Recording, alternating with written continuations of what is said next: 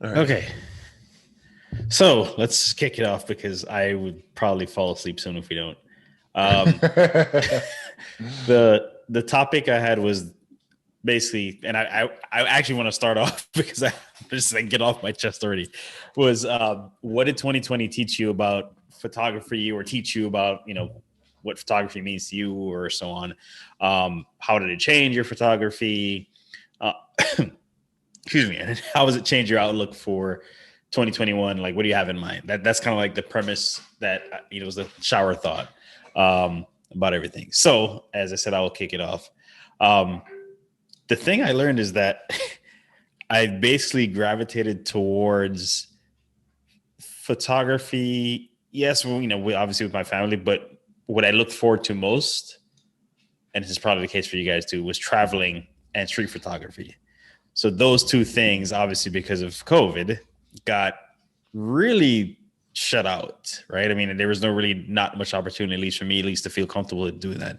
And it made me think about it. It was like, back when I first got into photography, like eons ago, it's like everything was a photo opportunity. Like every little thing, like, hey, if it's a shallow depth of field picture of like a figurine on the grass or something, like just if you think about like what you do as a noob to photography, right? Hmm. And I was watching a bunch of YouTube videos, and there's this one guy I follow on Instagram that he's kind of like an educator, um, and he was showing all these different techniques to do all these different things that I wouldn't want to call them cliche, but they're definitely more creative approaches to photography, right? Like setting things up, using flash, using light, like gels and all those things. And I started thinking about it, like, man, if I really was more interested in that, or at least shifted some of my interests, or was able to, and not really think like with the street photography in mind, or like think about traveling so much, maybe I would have probably found a little bit more enjoyment in it, because I'm with my family all day long, especially with the kids at home.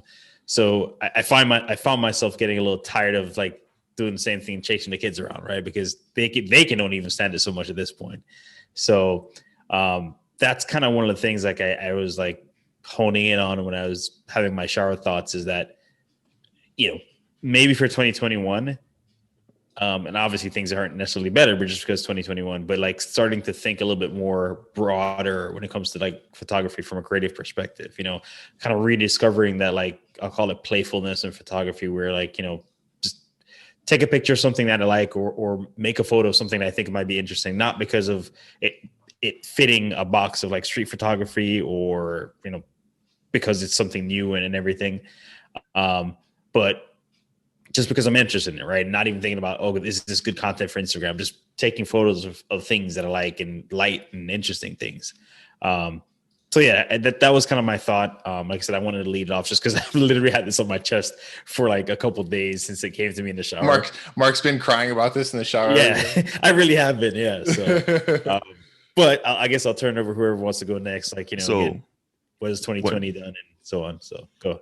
when Mark brought this up before the show a couple of days ago, I told him I was actually thinking about that this morning, and mostly because I kind of wanted to make a sappy post on Instagram about how I've gone back to Little Havana a few times, like in 2020 post COVID, a handful of times, maybe 5 times, and I've taken maybe 20 or 30 photos at most. When I would every time I would go out, I'll take 400 photos maybe.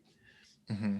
First of all, street photography is all about muscle memory. You have to know how to zone focus. You have to know it's it's not so much about knowing how to compose a scene. It's a lot about luck, Mm-hmm. preparation, and luck For equals sure. opportunity, I It's guess. definitely a practice. Like So you like you have Yeah, have to yeah. to do it. You have to do it constantly to be able Yeah. to, To get better at it and to maintain. exactly. Yeah, I think. Yeah.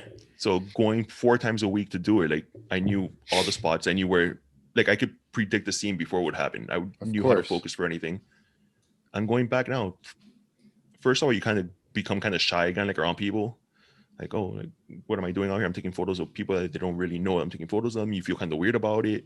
You have to Mhm. like break through that barrier. Mhm. Then you're also fiddling with the camera, like what settings. Since COVID started, I switched cameras I think 3 times, so I Mhm. haven't really gotten used to anything. Fiddling with Yeah. everything, you for simple things like I know how to focus on a person that's this far away because they're like at this distance, things like that. Like you forget all of that, and then going out and becoming, I guess, a noob again at this. And it's kind of discouraging, and I kind of don't want to do it. And part of the reason of going out was to go to uni and have a couple of beers afterwards. And I don't want to go to uni and have a couple of beers because I don't want to be inside of a bar.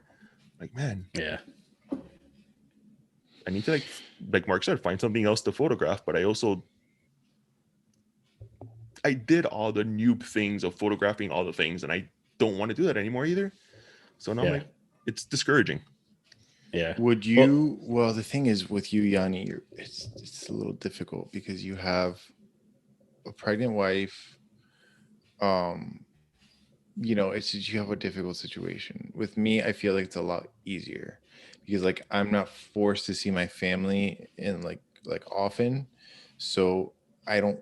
And on top of that, I already had COVID, so it's like I know that you can get it again, but number one, before I even got it, I didn't feel as threatened by the virus just because I don't have kids. My wife isn't pregnant. I have a lot less of like a Your risk, blast radius. like a risk factor, I should say. Yeah. So like I'm a lot less nervous about going to public spaces and stuff like that. I can't say what I would feel like going out to street shoot because I have to be honest. The last time I went street shooting was, I think, a week or two after the quarantine started in March. I went to Miami Beach and it was ghost town, like ghost town. There was like basically nobody out there. And my immediate reaction to the few people I did see, everybody was wearing a mask. And I was like, this sucks. Can't see anyone's face. And that's kind of like what I like about street photography is like people's reactions to moments that are happening in front of them. So that makes the photo interesting. And if you can't see their face, then what the hell's the point, So, yeah, go on. Sorry. The masks, I don't really mind. Like, I think to me, I've even thought like in professional photography, like portraiture and like family portraits and stuff like that. I think seeing masks are kind of cool because photography is capturing a moment in time. And that is the moment in time right now. Like, people have to wear masks. If you have to wear a mask around your photographer and they have to take photos of you and your kids in 2020 wearing a mask, that's what 2020 was. Like, I know it sucks and that's not how you want to remember your family, but that's what 2020 was. Yeah. People on the street wearing masks are wearing masks because they have to, and that's that moment in time. And you're saying right now that it kind of sucks because there's no expression. You can't see what you're thinking, but think forward 40 years. Those are the photos that are going to define this era. Yeah. Right now they suck, but in the future, those are the definitive shots of 2020, of the COVID era. But the problem in Little Havana is that my main subject is over 65 years old. Domino Park is closed. Those people aren't out. Right. I'm sure a lot of them have probably passed away from COVID since all this started. Jeez, God forbid. I hear you. Statistically, it's happened, I'm sure. So I'm like, it's just not the same place. The other thing about Little Havana is that the tourists provide you cover for photography because everybody's out there taking photos. Yeah. There aren't any tourists. So it's like, you're just a weird guy walking around with a camera right now. So yeah. Damn, I didn't think about that. That's a good point. With like, it's completely changed. Like, I go out there, I'm like, I just take and a walk. We don't really live in a place like, I mean, just use New York as an example, right? Where like people are still always going to be out like in mass, right? It might be reduced, but you still have. I mean, from what I'm aware, I could be like wrong, but I have some friends that live in New York, and apparently New York is dead, like ghost town too. It's not. I mean, I can imagine it's not anywhere near like what. Yeah, well, that's what I'm saying. What you'd expect from New York, but I'm sure it's still like way more people than it'd probably be out like in Little Havana or whatever. Just by example. New York right now as a ghost town has more people on and about than Little Havana at peak day. Yeah. Like especially it depends on like the area. Because people at the end of the day, people still have to work. So I'm sure there's people still walk. And people in New York walk to work. So that's what I'm saying. Like, it's a commuter city. Like Little Havana, Miami in general is not really not a commuter, pedestrian city is what I meant to say. For sure. They're not really pedestrian cities. Yeah, you get, but people are driving in there. So No, I hear you. I think it's really difficult to say what I've learned from photography in 2020. I think that maybe Well, I how's it definitely feel informed? like Right? this sounds like a forgive my language, but kind of like a weak thing to say, for lack of a better. I don't really want to say the word, but like shooting with a mask on sucks, and I've had to learn to do that, and it's not, and like it's annoying. It's made photography less enjoyable for me, to be honest with you, because you can't put the camera up to your eye, because if you breathe, it fogs up the viewfinder, and I don't really like shooting on an LCD.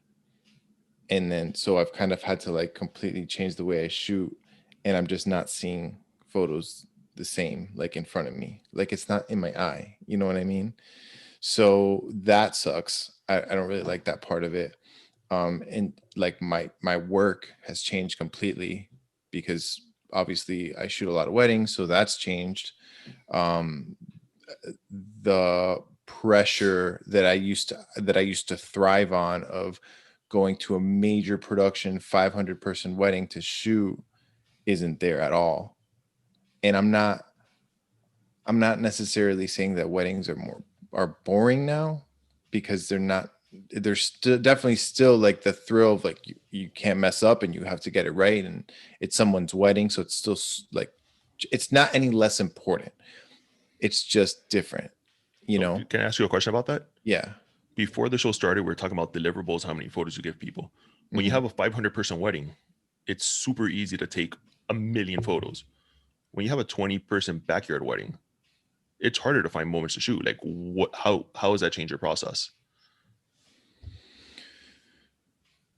I think that it definitely takes a little bit more patience. The day moves by slower, you know, where it's like if you're in a crowd of 500 people, everywhere you look, there's a moment. Everywhere, literally everywhere you look. Yeah. If you're in a 12 or 15-person backyard wedding, it takes patience. Like you have to kind of really pace yourself. If not, you'll overshoot, which is from a business standpoint a negative thing.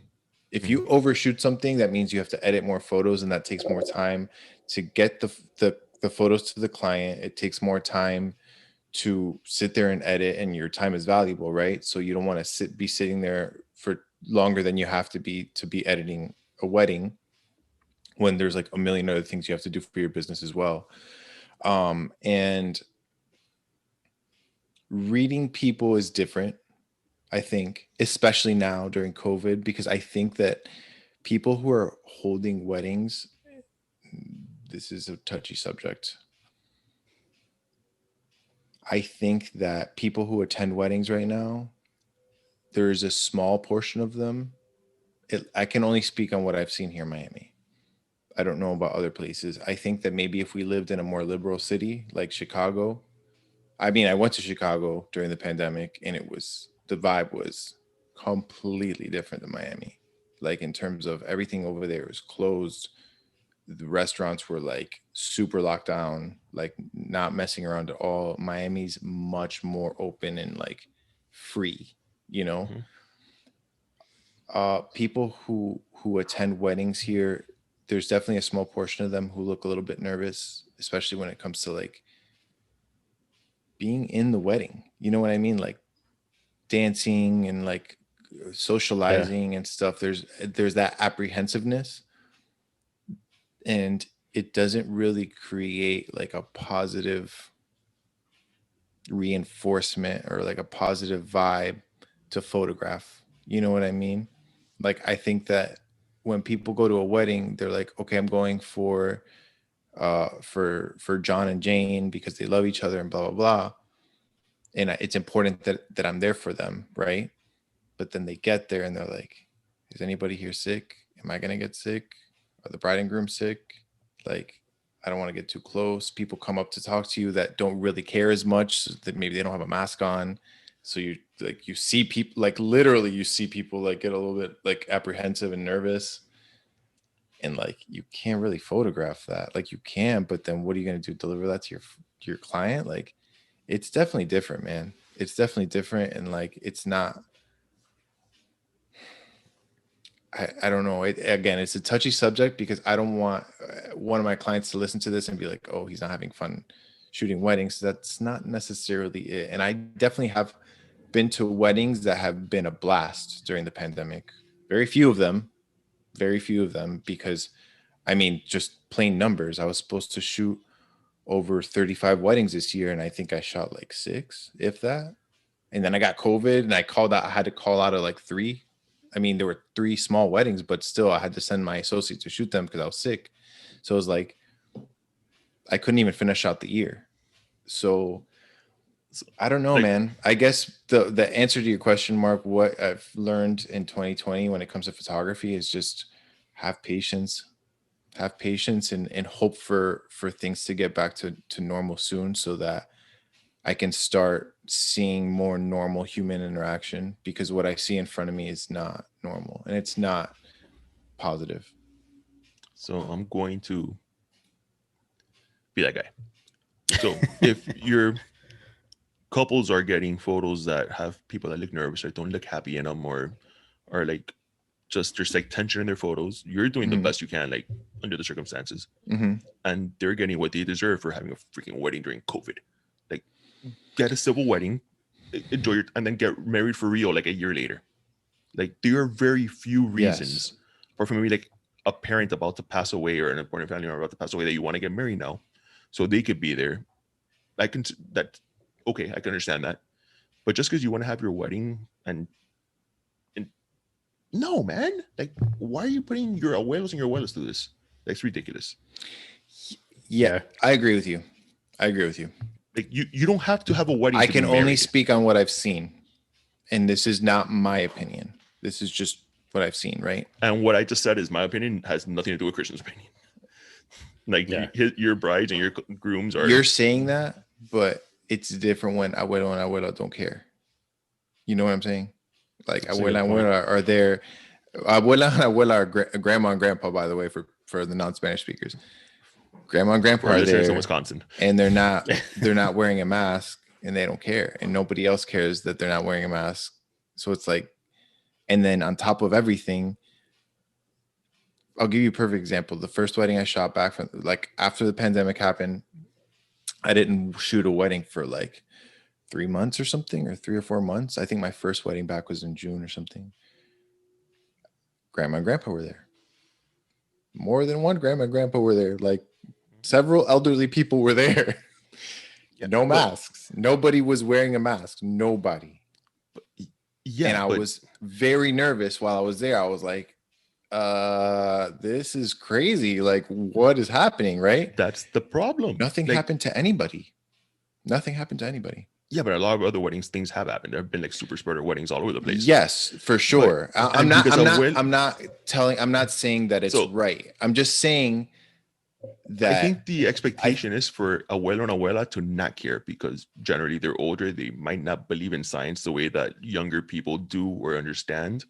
And they kind of have this thing like, oh, I've lived my life. I want to, whatever. Yeah. But as the younger person, like, my goal in life is to not kill abuela and abuelo, which is like my main thing. Like, my parents, like, I've been super cautious about most COVID things. My parents tell me that they're super cautious too. They're like, I am super cautious. We're not doing anything. We stay home all the time. Today, I only went to CVS, Publix, Macy's, and Nordstrom because I had to do these and these and these things. I'm like, It's every one of our parents is. I feel like all the parents I know are like that, Like- unless they're immunosuppressed, and even them, like, they don't understand the extent of what quarantine means, or like Yeah. what being safe means, right? I don't know. I don't want this to become like a COVID discussion.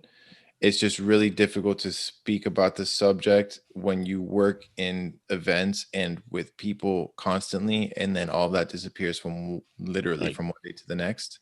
Like, Yeah. I shot a 300 person wedding the Saturday before quarantine started, March 16th, I think it was, right? Something like That- that. Yeah. So I shot a wedding on like March 14th or whatever. 2 days I'm before. not gonna judge the photographer for shooting a wedding that's happening. I'm not going to judge the bartender for serving a drink to people that want drinks. Like, you have to work. But I am going to judge the people having the wedding. I am going to judge the people going to the bar to have the drink. But like, come on, guys, be better. That's my main yeah.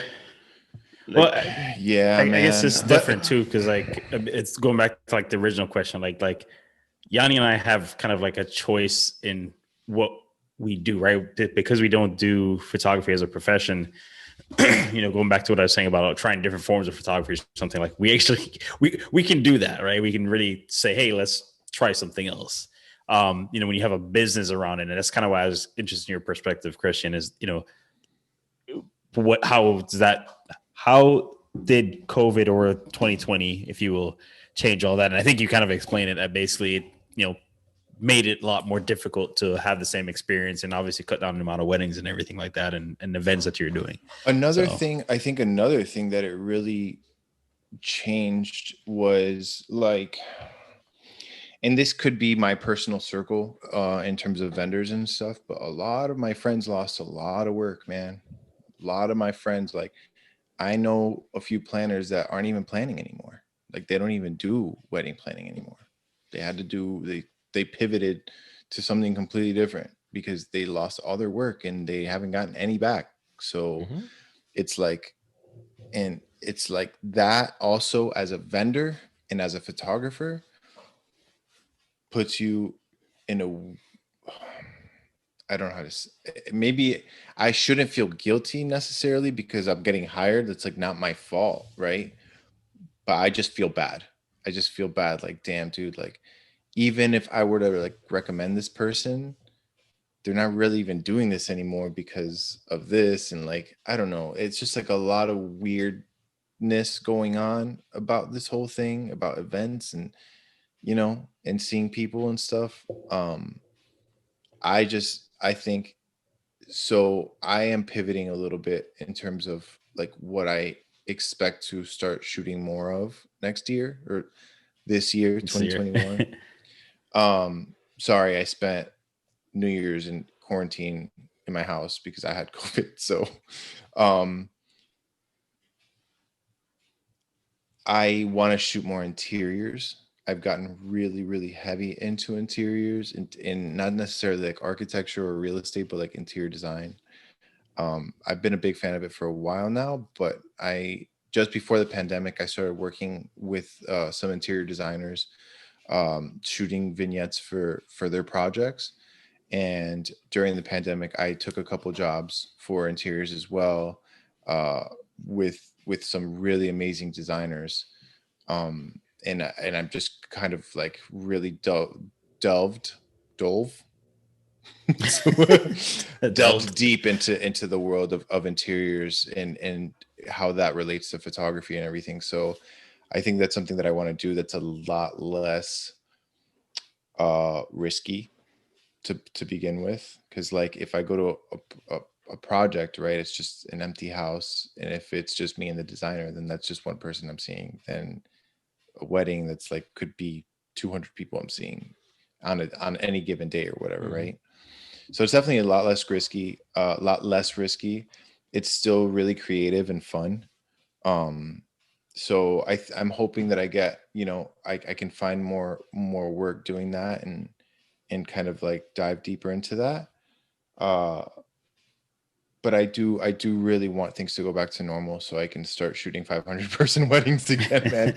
Because right. like I want to start going back to bread and again. butter. That was like my bread and butter, and it was for a reason. Like I really like doing it, and I made a lot of friends. I made a lot of contacts. I made a lot of really amazing photos, and like it was all the time, like happening all the time, and like I was just shooting and shooting and shooting and shooting, and then all of that was forced to stop, and now you're just kind of like creatively just like I can't, even if I want to, I can't really do it, you know.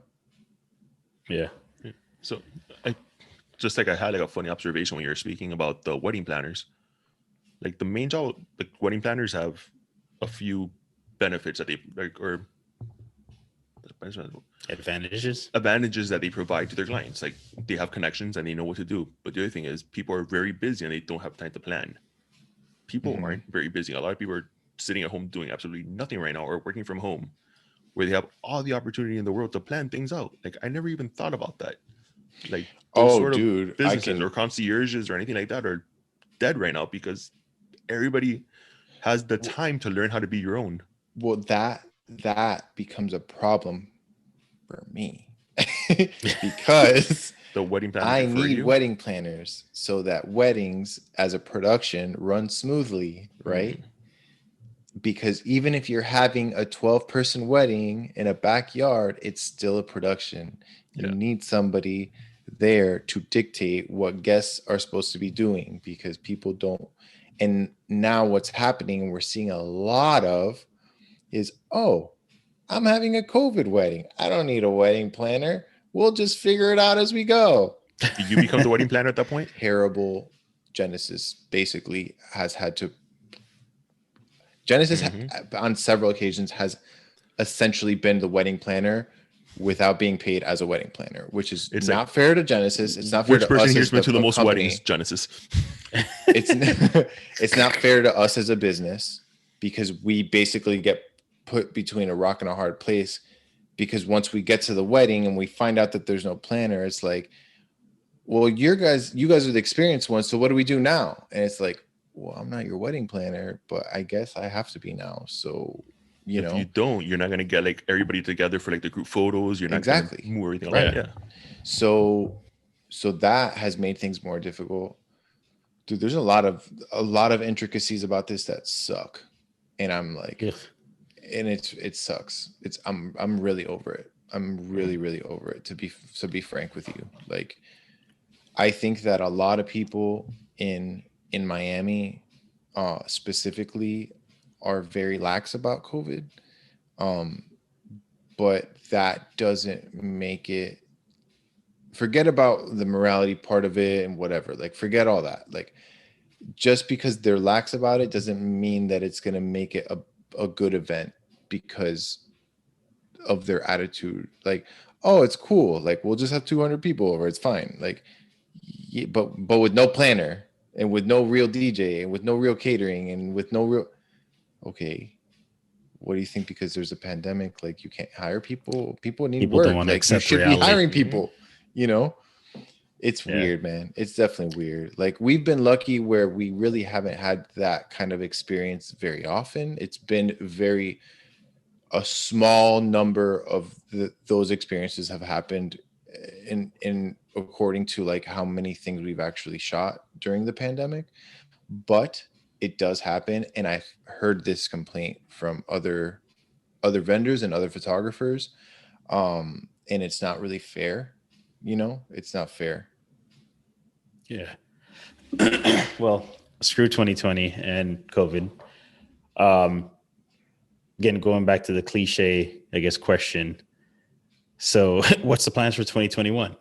What is everybody looking forward to realistically? I mean, I know we're all looking forward to getting back to normal, but has going back, I guess the original question was like, how has it informed your 2021 plans? I mean, I think you kind of answered it indirectly when you mentioned your interiors. And what about you, Yanni? I mean, what is kind of like the outlook for 2021? I have no idea. Like besides COVID and everything else, we're having another baby in March, so I'm gonna be on that sort of lockdown for a while, which is something that killed 2019 for me. And then I thought 2020 was gonna be my year, and then It's gonna be my year. 2021. Yeah. So Yeah. so I don't even know. Hopefully I get to go out and shoot. I get to go to a few bars. I get to go to a few restaurants. I get to hang out with my friends at those places again. Hopefully take some photos for them too. Like one of the things I offered to bars and restaurants in 2020 was, if you want me to take really good photos of your stuff, I'm willing to. Like a lot of people exchange food for like the influencers in Miami, like give us free food and we'll like promote your place or like take like I'll post a few photos. Like screw those people. You guys are artisans. You're doing cool work. If we're friendly and I've eaten at your place before, let me know and I could go and take a few photos for you. Right. But I'm not willing really to go to restaurants now, so I'm not doing that. So hopefully, Yeah, in but you could 2021, do I that. can get back to that. You can do that like pre-hours or something. You know what The I problem mean? is, this is my thinking of it. The people that work in restaurants are the people exposed to all the people going to restaurants, and are most likely to be the people that are going to get me sick at a restaurant. That's So a good I point. rather That's avoid. very true. Yeah. You ain't You have wrong to about think it that. through. Yeah. So like, I'm sorry, guys. Like, I love you all, but I'll see you hopefully soon, and hopefully you're still around Yeah. because I definitely don't want you going anywhere. That's Yeah, I mean, on that topic of like, because we were talking about this a little bit before we started recording, about like you said, hopefully people are still around. That's actually one of the things that I started thinking about. Again, another shower thought. I don't know what's going on with me and shower thoughts like this new year. Like probably I took some time off from work towards the end of the year, and I think it actually has helped. Like my creative or thinking is actually going. Juices are flowing a little bit better. But Ben, so I mean, I know Yanni knows. You know MF Doom, right? Yeah. Christian, Yes. the rapper. Yeah. Yeah, So he he passed passed away. away. Yeah, right. He passed away, whatever. And Did you say 2020 we MF Doom in saw. all caps? No, I did not say it. But a bunch of people passed away in 2020, and like I don't know what it was, but like I started like just thinking about like the fragility of life, like in general. Like it was just something that was on my mind, like coming out of 2020. I mean, Kobe Bryant died, celebrities. We were talking about both Christian and I had family members, lose their lives this year. Not even to COVID, but a bunch of that. And my mom is no longer working, so she's going to be home a lot. And my dad also, I think, basically retired like during 2020. And I was thinking about all that, like, again, like, I have kids and, they're obviously around to see their grandparents, which is cool. They're they're old enough that they remember them. Sorry, is what I meant to say. Mm-hmm. But I started thinking just about this whole thing. And then I was in the shower listening to a podcast, and this guy was talking about conversations that this photographer was talking about, listening to conversations that somebody else like has, this interviewer has with these random people. And he's like, oh, just the way he talks to them. And it had nothing to do with photography in particular, but like it got me thinking. And because I was thinking about all this stuff, I was like, I think that's actually what I'm going to try to work on for 2021. Since, my grandmother's getting old. So my kid's great grandmother, and who knows, right? With COVID around, with just age, I mean, she already has like respiratory problems and so on. I had this idea come to me. I was like, what? I'm going to start doing like interviews, like video interviews, which I don't do video often, but just, set up a camera, sit down with like my mom, my dad, my grandma and everything. And just kind of like ask them like, hey, tell me about your life. Like, what was it like growing up? This just kind of just have these little conversations is what I was going to call it. Right. And record that for a couple of reasons, right? One is that, God forbid her to pass away like tomorrow, right? It'd be nice to kind of have something that just hearing their voice. Oh, now I remember actually, as I said, their voice, the thing that got me even more thinking about recording this is that one of the guys in the podcast and the interview, they're just talking back and forth. He's, they're talking about losing parents or family members. I think it was parents. And he said one of the things that surprised the hell out of him was how quickly he forgot his mom's voice, like how it actually sounded, like that just like hit me in the gut when I was in the shower listening to that. And I was like, that's crazy. Because I mean, I have tons of pictures of my family members, right? So it's not like I won't have a photo of them, but like hearing them and hearing them talk about who they are was something that came to mind. So like, I want to, again, do this video interview project and probably back it up with some portraits or something like that as well. I was thinking about probably shooting on film, but I don't know. Probably not. Better save those pennies, boy. Yeah. But, just doing that over time, like throughout the next year or so, just, and not really have it open-ended. So like, hey, Mom, Saturday, I'm going to come over. I just want to talk to you for a bit and record for maybe 30 minutes. Maybe it goes an hour. Maybe it goes 2 hours. I don't know. And just keep the raw footage and maybe at some point put it together in kind of like a story, let's say, right, of this, and then throw in the portraits in there and just make something out of it, because it's probably only meaningful for me. But again, in relation to all this fragility of life discussion, my aunt that passed away over, I guess it was maybe summer, fall time. It's funny. Well, not funny, but interesting that one of my cousins like called me out of blue. She's like, hey, do you have a picture of Auntie Moy? And I was like, yeah, I think I have one in mind, because I kind of know all the pictures I have. So like I was able to send it to them, and they printed it for the funeral that was in Georgia. So like I started thinking about that too. I was like, man, I I really have to start documenting things a little bit better, like, family members, and make sure I have all that stuff. So again, all that to say, like, I really thought about that strongly over the last, I guess, couple months. And then for some reason, the shower thought this week hit me. Like, I have this little notepad in my shower, and I literally stopped in the middle of it and scribbled down everything that I wanted to, like, kind of put together for it. So again, just to sum it all up, that's my 2021, like, let's say, creative project, right? To do something like that. I mean, what it culminates as, who knows? Maybe I'll, go back to doing just photos, but like, that's the idea I have going into this, because I think it's a meaningful project that, I mean, it's not really for like Instagram or anything like that, but just something to work on that, I guess is meaningful, right? I mean, that's pretty a meaningful, thought, so. man. That's pretty awesome. And the fragility of life thing that you keep mentioning, I've definitely thought of many times. I mean, for God's sake, like, I had COVID, and like, when you get COVID, it's definitely a thought of like, am I going to survive? Like, what if right now it's just like a low fever, but tomorrow I wake up and I can't breathe, kind of thing. You know what I mean? Like, Yeah. And then I think legacy is also part of this, where it's just like, you want to make sure, especially specifically me as a photographer, like, I mean, it's part of the reason I became a photographer. And this is something that I can attribute to, I don't know if you know who Ben Chaish is, but or if our listeners do, but he's a pretty well-known wedding photographer from the Pacific Northwest. He spoke at a workshop that I went to about legacy, and like, more specifically about legacy of the families that you photograph at weddings. And that's super important. But also, I think what's important is your legacy as a photographer, and like, what you photograph, who you photograph, and who those photographs are for. So I really like your idea. I think I have grandparents that are really old, so I might think about doing the same. I don't know so much about the video part, just because, I don't know, I'm not really a video guy, but maybe at least just take like one really great formal portrait of them, formal meaning like planned, not necessarily that they're wearing like a tuxedo and a dress or anything. I'm usually more candid, and like, that's something I thought about too, is like, kind of have a formal portrait to go with the video, right? At a minimum, so which I'm not really into portraits per se, or don't usually do it, but it was something that I can just, I guess a portrait like that would be meaningful for me if it's like of somebody I care that much about. And, again, there's a reasoning behind taking it besides just, hey, let me take your portrait. It's like, hey, let me document you is really what I'm saying. Right. And have a conversation with you. The big thing was like, conversations with you, or with, again, not you, but my family member. That's like the idea that stuck in my head. So, so we'll see. We'll see.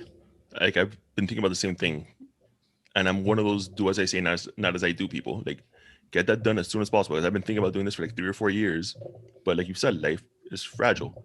I've had 2 friends recently lose their parents, like, out of the blue. It could happen tomorrow, and you keep on putting it off because you have time to do it. Like, no, do it now, because you might not have the time. I just read this book called The Corporations about like the Cuban mafia, but that's not really the point. The point is, it speaks a lot about the Cuban Revolution and the Bay of Pigs, and how the Cubans in the 50s came over here. And I know my parents did, but I don't really know the specifics of their story, and I've never really thought about asking. And I've been meaning to do a video project or something like that to just get the information, but I keep on putting it off, and I might get to the point where I never get the information from them, and I never find out their story. So well, we'll see for 2021. So, well, we'll have some things to do. Yeah, man. Well, if anyone listening wants to let us know what their plans are for 2021 when it comes to photography, feel free to share, so we can hopefully get some new ideas, not just to talk about, but to actually or hear about yours, put into action, and like make a project out of. Cool. All right, guys. Well, hopefully we'll see each other next week, unless life is fragile. Who knows? Just kidding. We'll see each other next week. We'll see everybody next week. Later, guys. All right, guys. Bye.